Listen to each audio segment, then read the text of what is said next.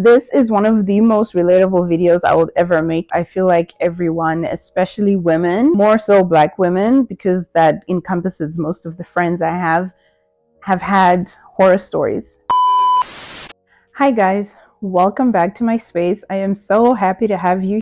To any new subscribers, welcome. I'm glad you're here and I hope that you enjoy your stay. I just want to share, this is one of the most relatable videos I would ever make here. I feel like everyone, especially women, more so Black women, because that encompasses most of the friends I have had horror stories from just dating, and even more so for women who are in their late 30s. So today I'm just going to be delving into that, and that's why I'm sitting on my couch, because I was like, this is a kiki. This is where we're FaceTiming and we're just talking about these things, because I think that every person, woman, I can only speak to my sex, right, has experienced the atrocities that happen in the dating scene, even more so now in 2024. In fact, most women have just decided they're not going to date because what's the point? Also, safety reasons. But before we get to all that, I'm going to be focusing on a few points when it comes to dating in your late 30s. We're going to talk about texting dilemmas, coded biases.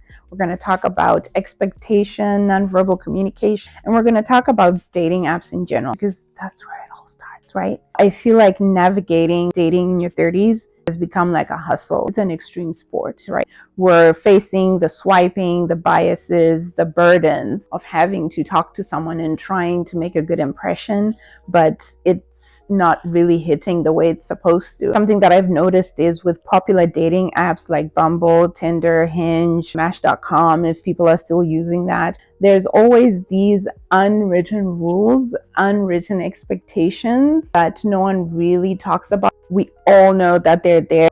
And these dating apps, unfortunately, are promising endless opportunities, right? Because you're continuously swiping left, right, up, down, whatever. There's all these people that you can match with, these people that you can talk to, these people you can date.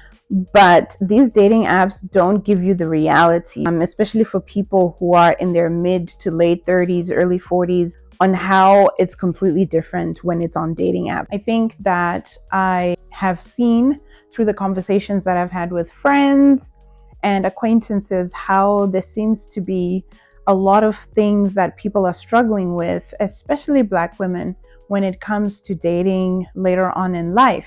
It is definitely not the same as when you were dating in your 20s, because in your 30s, you're more sure of yourself. You know what you want, you know what to expect. However, most of the times for Black women, that comes with its own set of challenges, because not everyone that you're going to talk to has you on that same page, because it is hard out there. It is like an extreme sport, honey. Nowadays, dating has become like transactional, in the sense that we're putting so many superficial things ahead of just trying to make a connection and getting to know someone and hoping that can lead to something lasting. What I'm going to discuss today is going to have different opinions, some different experiences from my own life, and I want to be able to share just how dating when you're in your 30s is not as, casual as it seems when you're in your 20s or even when you're a teenager. Because you don't have a lot to lose when you're young. You're still outgoing, you still want to see people, and you really, are not looking for anything lasting. But when you get to your 30s,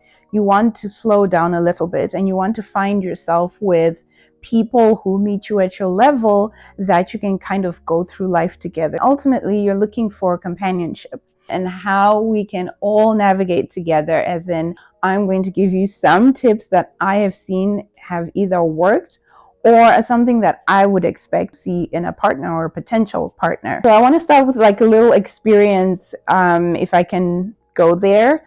Like, put a finger down if you've ever been on a date with a man and he has asked you, what are you bringing to the table? Put a finger down if a man has ever been on a date with you and asked you what you can do for him, how you can satisfy him. I have been on many a date where men have almost like explicitly said, without saying, they expect you to pretty much be their mom, be a live-in roommate that's just gonna do everything, and they just get to enjoy the more intimate sexual stuff, which is costly in my opinion. However, let's start with the elephant in the room, because we've all been there. We've all experienced dating apps. I'm talking Tinder, I'm talking Hinge, Bumble, I'm talking OkCupid, wherever. We have all had our fair share of dating apps to find companionship. Most people have been married to the people they have because they found them on dating apps. Most notably, women tend to go to dating apps because they seek to find people with the same interests, values, and people who are generally wanting to be outgoing. I've only used Bumble. I've never used Tinder. I've never used Hinge. But most people tend to use those specific dating apps to find people to date and get to know. But the reality is, many people who are 30 plus are having a completely different experience on dating apps. In fact, they're not even having good experiences, because what you find in these dating apps are coded biases. They are things that are part of that algorithm that hinders most people who are in their late 30s to find genuine connection. I'll give you an example. There's different kinds of people you meet on dating apps, right? There are people whom you're texting and you've just met, but they refuse to leave the app to kind of either meet in person or to graduate from texting on the app to actually exchanging phone numbers. And there are people who they are texting you on the app, but they're not as engaged. I feel like I have seen that a lot with like Bumble, where I am talking to people. We meet up, and then it's like a whole different experience from the person I was texting to on the app. And I'll get to that eventually when I talk about just the nuances that come with talking to someone on an app and to when you meet them in real life, and how they are sort of like a different person altogether. And so algorithms have found themselves perpetuating biases and just being able to not deliver on these endless possibilities that they continue to sell us. And this disproportionately affects Black women all the time. Unfortunately, there's been studies upon studies where out of all the tiers of the types of people that are on dating apps, Black women are always seen right at the bottom, which is unfortunate, because I believe we are the beauty standard, and we'll get to Eurocentric beauty standards eventually. Trust me. Hang on. Let me cook. We have these coded biases in these algorithms, in these dating apps, where we're putting our information, and that very information, however truthful, doesn't reap the same rewards that other people in other demographics or genders or sexes are receiving. Fortunately, it all comes down to these specific apps algorithms favoring Eurocentric beauty standards. It's unfortunate, but that is what we're seeing, that you can put your best foot forward, put all your cute pictures, but for some reason we're not quote unquote chosen because we don't fit this specific type of aesthetic that is considered beautiful to most, if not many, and that is appalling, to be quite honest. I just cannot stand that. The result is that we have less opportunities to find matches as Black women, because there is this expectation that we must all look like Instagram baddies. And when you don't fit that norm, then it's like, what do you have to offer me, right? You're not the whatever aesthetic, and therefore I don't need to get to know you. Actually, a study that was made by OkCupid that cited that certain racial groups, especially Black women, receive fewer matches than others because of those coded biases. The other point that I want to highlight is the superficial conversations that happen in online dating. And you know, these superficial conversations, ladies, it can be like, what are you wearing? So you're really cute. We should totally hang. Like, there's just no depth. There's these shallow conversations that are happening on this dating app where it's just surface level, shallow, and it's not fostering genuine connection or conversation. These discussions, unfortunately, they never lead to real interactions, because most guys just want to talk on the app. They will never leave the app. They don't want to meet you in real life. They just want to keep texting back and forth. I am speaking for myself here. I don't have time for that, okay? Because to what end?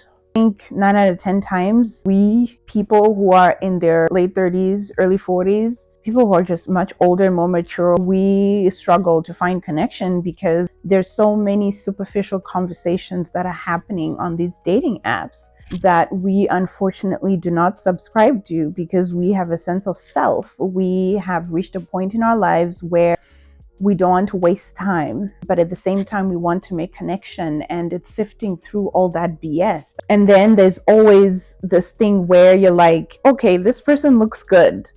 Physically, they're amazing. But the conversation is just mid. There's nothing. The lights are on, but nobody, and I mean nobody, is home. And that's unfortunate.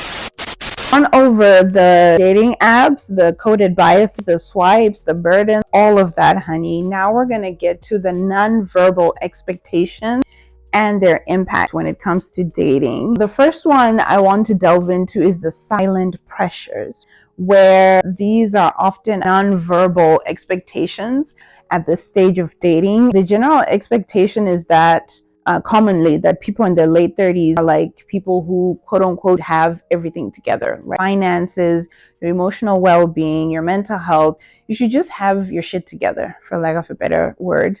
Just have everything together. Come to me fully potential. I don't want no potential. I don't want dreams and hopes.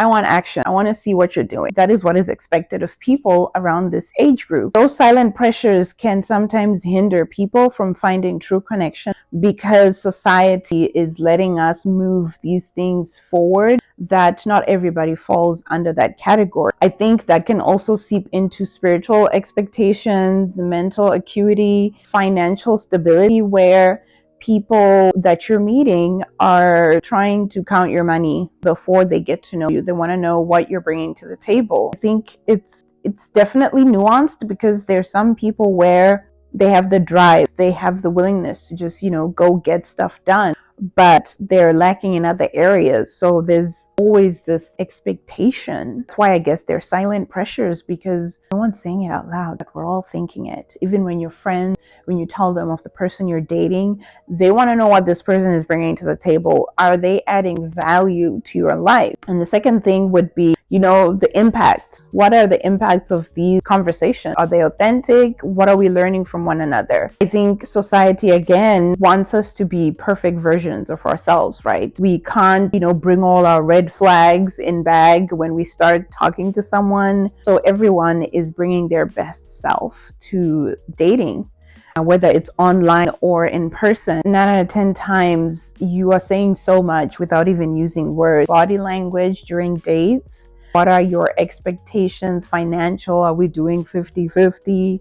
It kind of all leads to performative dating, where we're not really seeking connection. We're focusing so much on looking good on paper and in person that we fail to recognize you need to meet everyone at every level, and comparing or expecting a perfect version of someone is not fair. No perfect person exists. I think from my own experience, when it comes to spiritual expectations or religion, so to speak, we might want someone who's never been married, no kids, no history of trauma. We just want someone who's like perfect. And it's like, no, not everyone is. Some people are going to have been married before, probably coming with kids. They are probably coming with a history of trauma done to them, or they have caused it.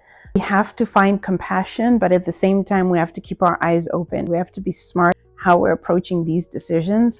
I think there's just a lot of things that people in their late 30s are thinking of that people in their 20s, or at least when I was in my 20s, I wasn't thinking of those things. Another thing that I have seen a lot with acquaintances is how there is a scarcity mindset. There's not enough for all of us. I need to get married. Women who are single are frowned upon, blah, blah, blah. And I say to that, boo, and so what? Most people fall into dating quickly or just dating the first person they see because they don't have a sense of self yet. It reminds me of when wonderful Risa Tisa was sharing her experience online. She was talking about when she met Legion. She had been single for a while. She felt the pressures of people from her church. She needed to, be serious with someone because there was no one.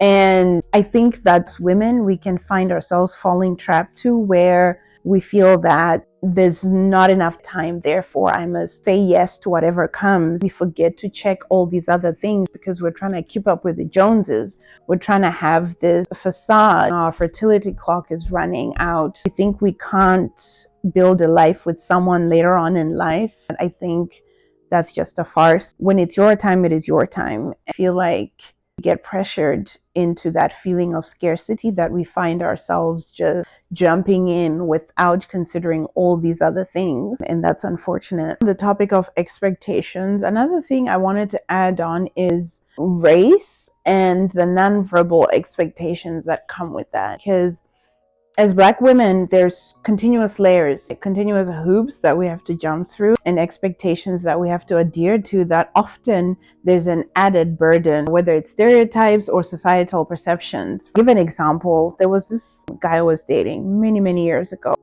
and he was genuinely, which is ridiculous to even say genuinely, but he was surprised that I spoke better English than him.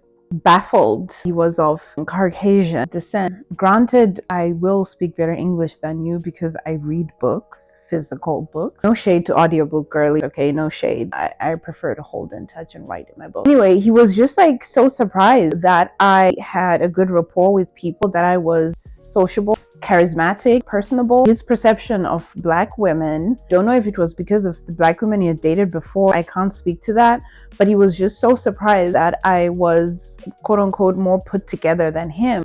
That's embarrassing on his part, because sir, come on. Black women are the most educated women out there, so of course I'm going to talk, walk, and be different from you. The insecurity that was placed on him, he couldn't handle that.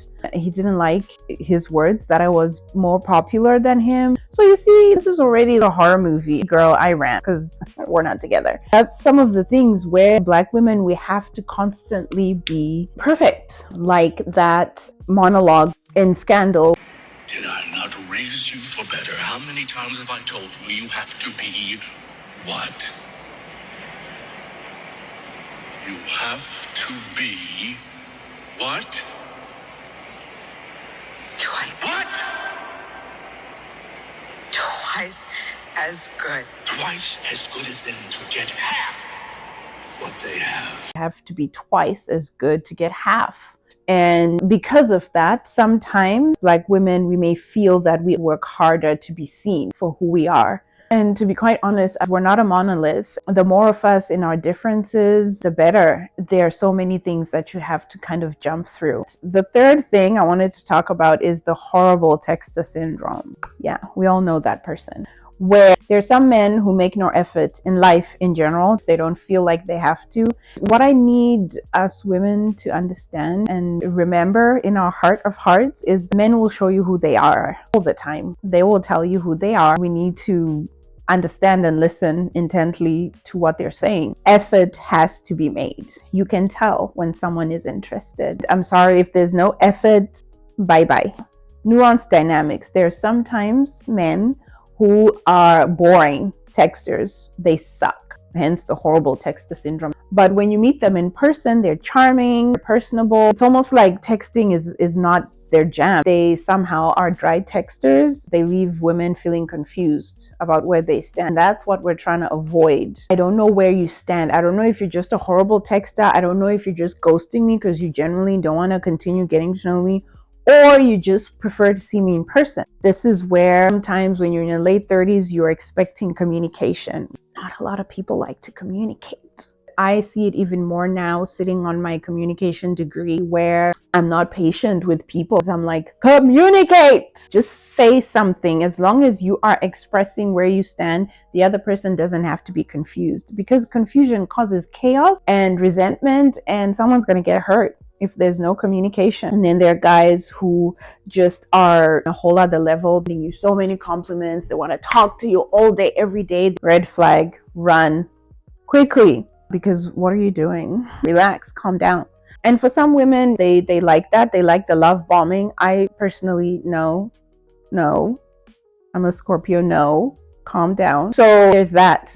And then there is people who text without emotion.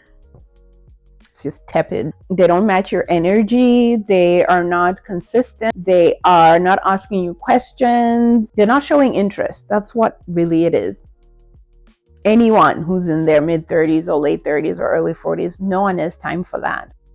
So yes, horrible texter syndrome can come in many shapes and forms. Just be aware of those nuanced dynamics and find a way. I think it's a case-by-case thing. I have seen it all. And I know by saying that, I probably have not seen it all, because men will surprise you every time. Every time, ladies, every time. Okay, so this is the fun part of the video, where we're going to talk about conventionally attractive men and women. Is there depth? Dun, dun, dun! We're going to talk about pretty privilege, because it exists.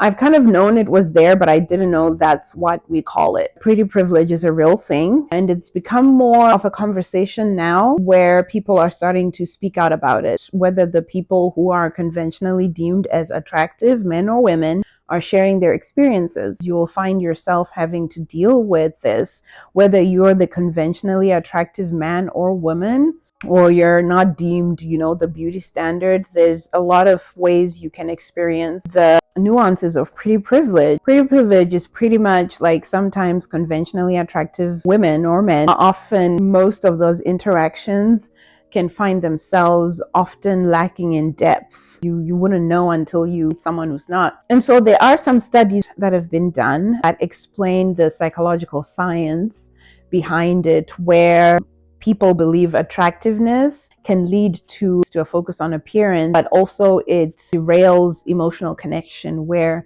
people just see you as this beautiful object that they're not expecting any depth from you, because you're just good to look at. So what possibly, pray tell, can you provide society besides your looks? And that's what you're good for. I'm going to talk about cons of pretty privilege, nuance that has either affected me or not. The general consensus from the studies I've read, most people who are conventionally attractive tend to move through life based on their physical appearance. They're so used to be getting things. People open doors, free drinks, and so they fall into the trap where they're attracting people who just like surface level things rather than meaningful ones. This article that I was reading was talking about how pretty people are often told that they are beautiful and gorgeous constantly. People compliment them all the time. They kind of get tired of it. Non-conventionally attractive people are complimented by the adjectives, nothing to do with how they look. So you'll hear someone say, "Oh,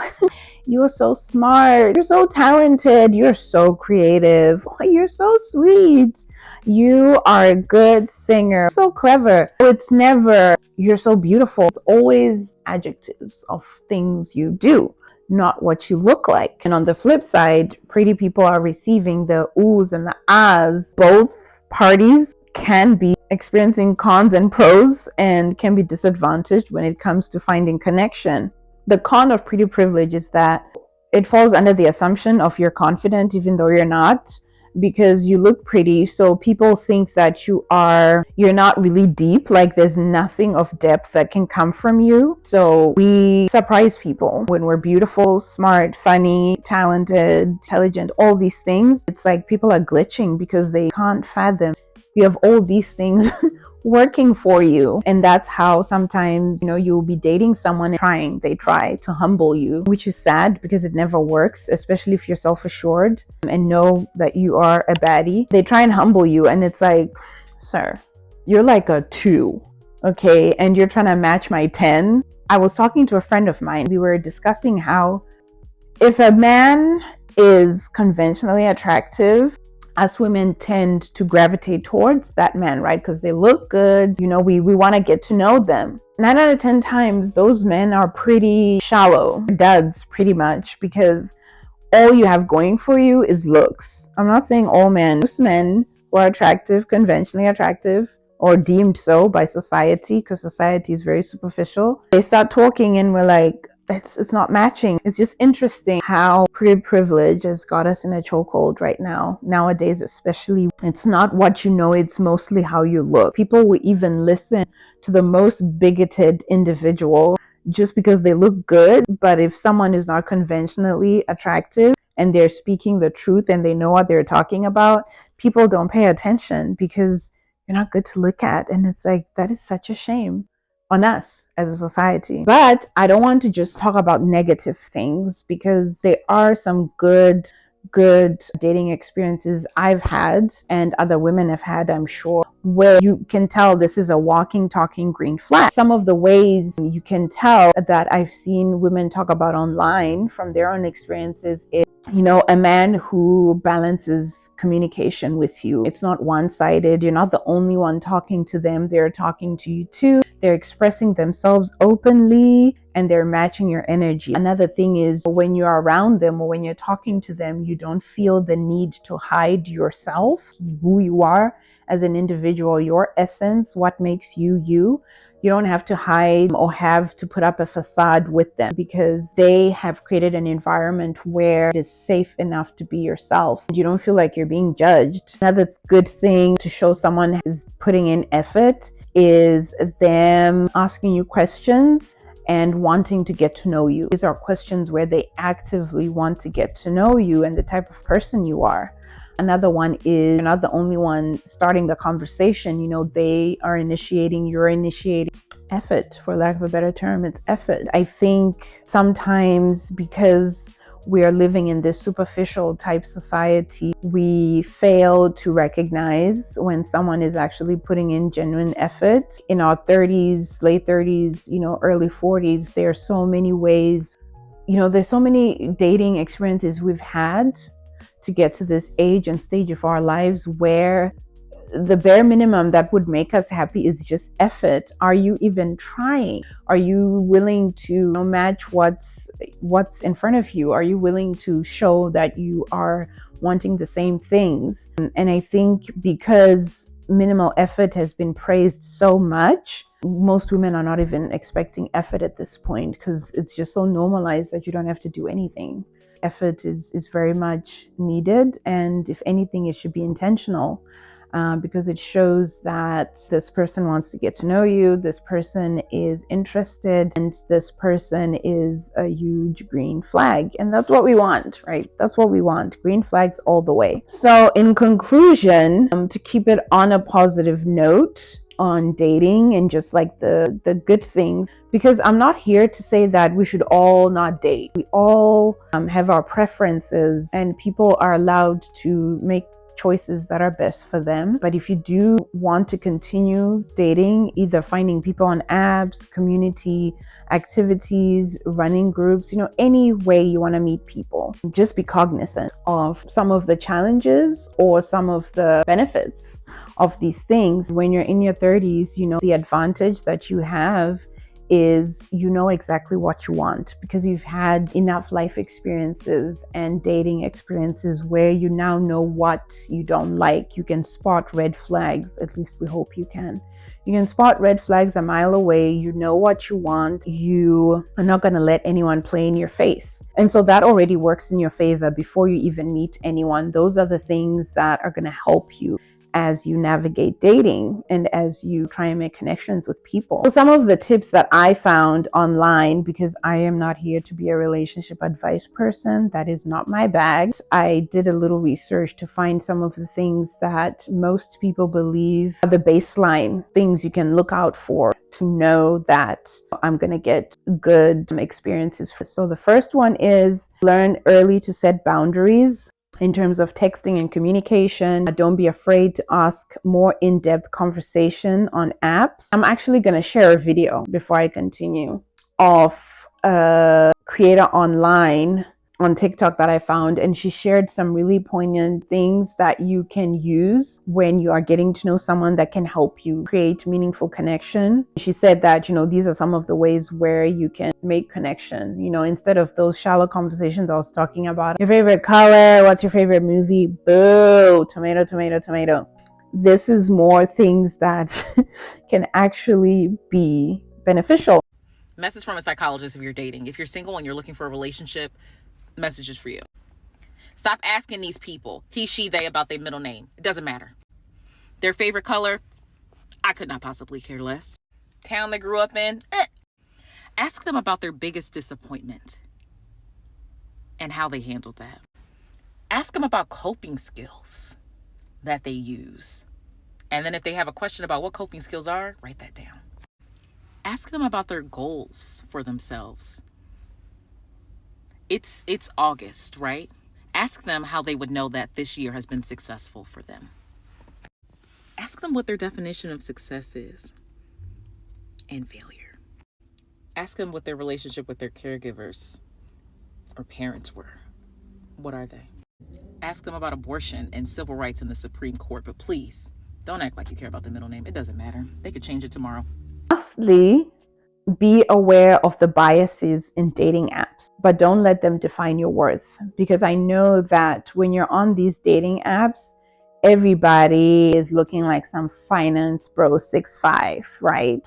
It's crazy. Like everyone just looks like they're photoshopped. People look beautiful and you might feel like, I'm way in over my depth here, but don't let the biases of these algorithms deter you from finding true connection.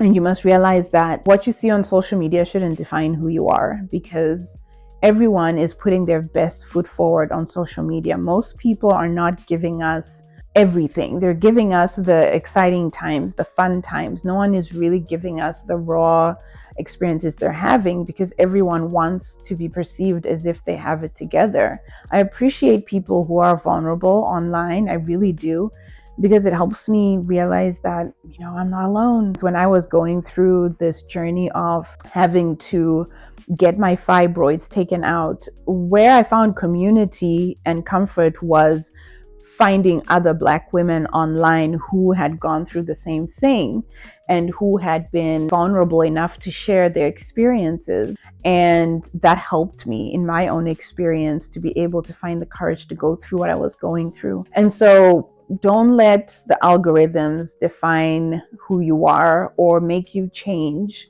who you are. Your person is out there and they will match you as you are and appreciate you as you are. I hope this video was beneficial. I hope you enjoyed it. Please share anything that you might have loved about this video, anything that you would like to add on, because I didn't even cover the surface. There's so many things us people in our late 30s and early 40s are having to navigate while dating.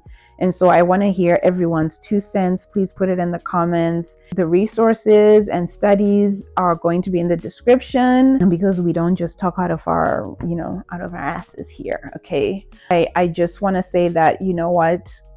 Getting older is such a privilege and something that I appreciate now, because I know what I want. I've reached a point in my life where I know what I want. Therefore, already that eliminates half of the idiots who are trying to get with me, because I'm like, no. Yes. No. So it makes it easier in our quest to find someone, because you already know who you are. It's different from when you're 19 or 25 where you're still figuring it out. I think that's the advantage, but that doesn't mean there aren't any, challenges with that. Because just because you have got it together doesn't mean everyone has. So yeah, but I wish you guys a wonderful week. I hope that you take care of yourself, and happy hunting, ladies. Bye.